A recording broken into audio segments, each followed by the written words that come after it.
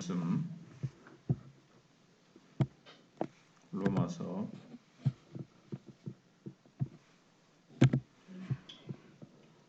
6장 11절로 14절까지 보시겠습니다.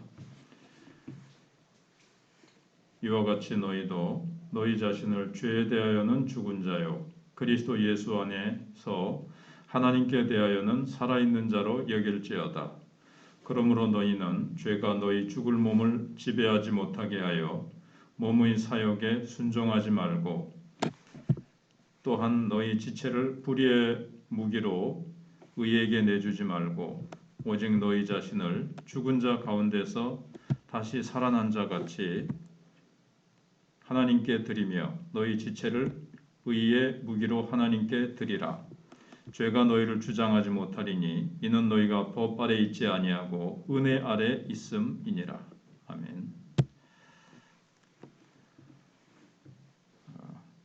거지와 왕자라는 동화가 있죠. 그걸 조금 변화시켜서 만든 이야기인데 한 임금이 지나가다가 다리 밑에서 한 거지를 보고 은혜로 그를 데려다가 호적에 올렸습니다. 그 순간 그날로 그는 왕자가 되었습니다.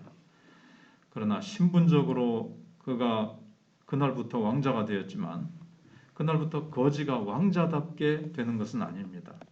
그 다음날 아침에 일어났는데 신하들이 금대야에 물을 떠왔습니다. 세수하라고 가지고 온 금대야에 입을 대고 벌컥벌컥 마십니다. 평생에 금대야에 세수해 본 적이 없기 때문이죠. 팔자걸음을 걸으니까 왕궁에서는 똑바로 걸으라고 합니다. 밥을 먹을 때 손으로 막 집어먹고 쩝쩝거리면서 소리를 내서 먹으니까 조용조용히 포크로 먹어야 된다고 합니다. 얼마나 귀찮은지 거지가 생각하기를 아이고 차라리 다리 밑이 편하겠다. 우리 예수 믿는 자들 가운데 그런 일이 일어나는 겁니다. 예수 믿고 죄의 노예에서 벗어나서 하나님 자녀답게 사는 길은 결코 하루아침에 되지 않습니다. 마음속으로 아이고 안 되겠다. 나는 안 된다. 나 그냥 구원이나 받고 말자. 나 구원 받았으니까. 이렇게 이제 포기해버리는 겁니다. 하나님의 자녀답게 살고 말씀에 순종하며 살고 예수님을 닮아가는 게 어려우니까 그래서 호적에 올라 왕자가 되었는데도 모습이 하나도 안 변한 왕자처럼 내가 하나님의 자녀로 호적에 변했는데 신분이 변화됐는데도 불구하고 이 참 삶이 변하지 않는 그 모습이 변하지 않는 교인들이 얼마나 많은지 모릅니다.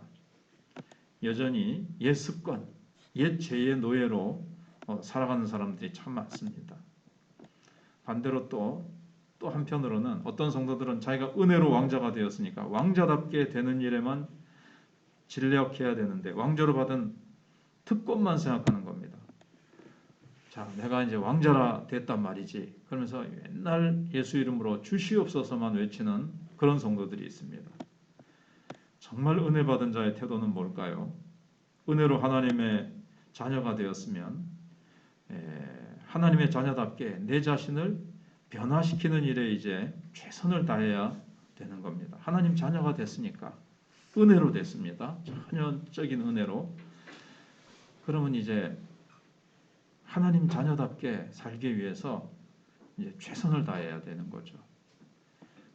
그 최선을 다하는 노력이 하나님 자녀로 만들어주는 게 아니라 하나님 자녀가 되었으니까 은혜로 그렇게 거저 값없이 됐으니까 이제는 자녀다워지게 해야 되는데 이게 이제 여기는 겁니다. 여기는 것.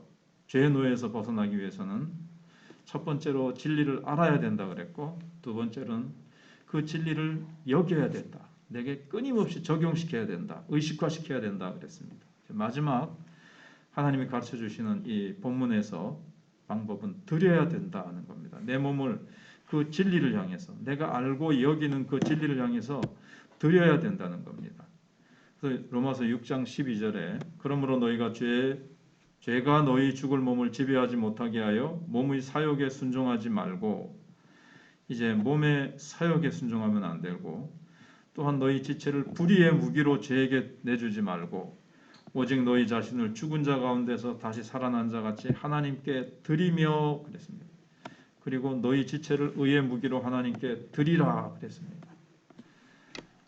알라, 여겨라는 어떤 정신적인 영역이라면 이 드리라는 우리의 몸과 행동의 영역에 속하는 겁니다. 머리로 알고 머리와 마음으로 그렇게 알고 여긴다면 이제는 그것을 몸과 행동으로 실천해야 된다는 거죠. 많은 사람들이 영적으로 영만을 강조합니다. 하나님은 오직 영이시지만 우리는 인간입니다. 우리는 영도 있고 몸도 있습니다.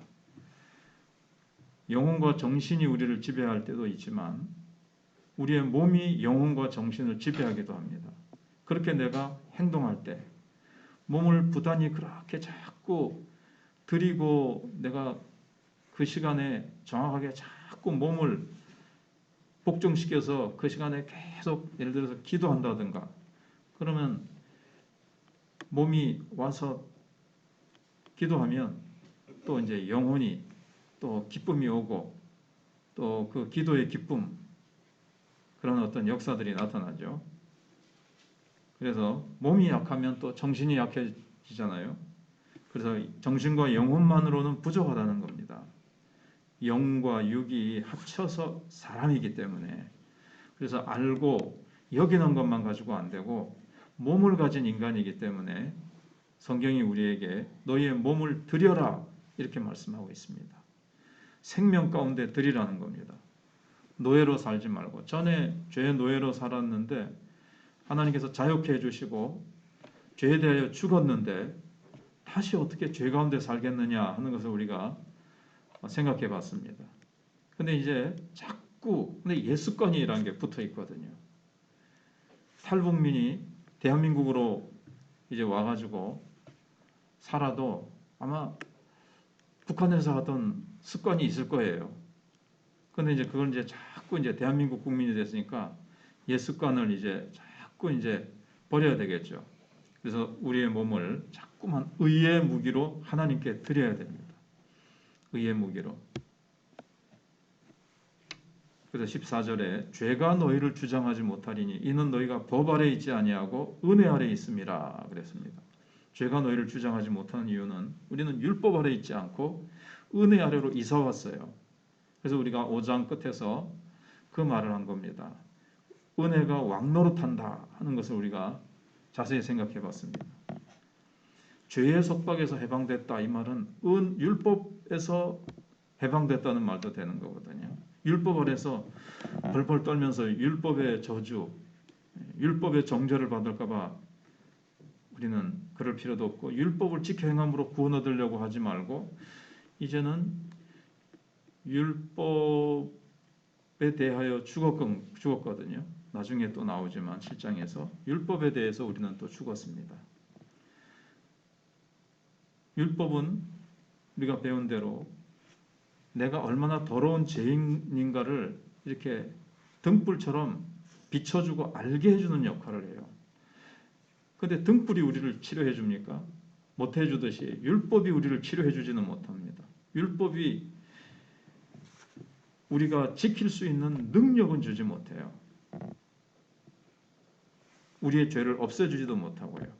그래서 하나님께서 우리에게 선물로 주신 것이 바로 이제 다 합쳐서 결론적으로 생각하면 은혜입니다. 오늘 14절에 은혜 아래에 있습니다. 우리가 어떻게 죄에서 해방됐습니까? 율법의 행위가 아니고 율법도 아니고 우리의 행위도 아니고 하나님이 주신 은혜로 됐습니다. 그래서 하늘로부터 내려온 의의 선물을 우리는 받았습니다.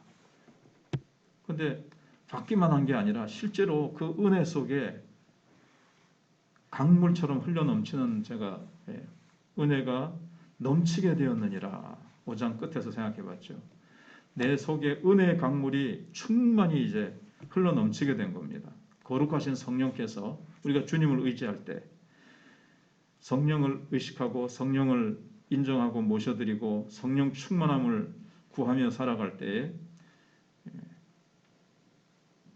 우리가 전에는 죄에 대항할 능력이 없었습니다. 그래서 죄의 노예로 살 수밖에 없었죠. 근데 예수 믿고 나면 우리가 알게 되고 우리가 그때 놀라운 능력이 이제 우리가 생겼습니다. 뭐가 생겼습니까? 은혜의 선물, 거룩한 성령의 능력이 생겼습니다. 내가 예수님과 연합했기 때문에 생명 안에서 나는 살아났어요. 그래서 이제는 죄에게 지지 않고 승리하게 되는 겁니다. 단번에 완벽하게 되는 건 아니지만 점차 자꾸 이제 내 안에 있는 그 은혜의 능력을 내가 깨닫고 자꾸 내가 이제 기도하면서 성령을 의지하면서 내가 하루하루 살아가니까 죄를 이기는 거예요. 내 속에 죄가 다 없어진 건 아니지만 완벽해진 건 아니지만 예수 믿고 알고 여기고 내 몸을 드리면 어떤 일이 일어납니까? 과거에 끊을 수 없었고 질 수밖에 없었던 죄로부터 나는 벗어나서 승리하기 시작합니다. 우리 주변에 그런 증거가 너무나도 많지요.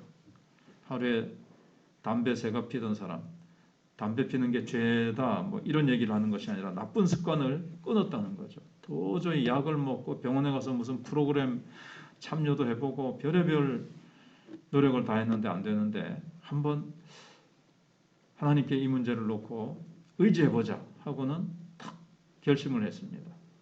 담배를 치운 것도 아니고 머리맡에 한번 탁 놔두고 잡았어요. 근데 아침에 일어나니까 그리고 하나님 도와달라고 기도하고 잤는데 아침에 머리맡에 담배값이 있어도 전혀 피우고 싶지 않더랍니다.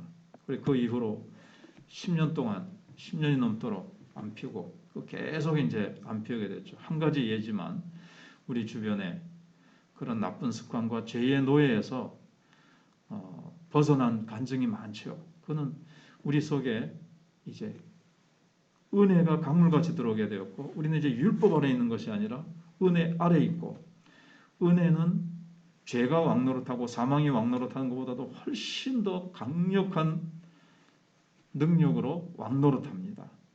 그래서 우리는 패배의 의식에서 벗어나고 죄에 대해 내가 그리스도와 함께 죽었고 그리스도와 함께 내가 부활했고 그 마지막 날 우리를 살리실 그 부활의 능력, 부활 생명이 우리 속에 있습니다. 우리 속에 우리의 몸을 부활시키실 성령이 와 계시기 때문에 성령의 능력이 우리 안에 있어요. 그 능력이 있음을 알고 여기고 내 몸을 의에 드리면 역사가 나타나는 거죠.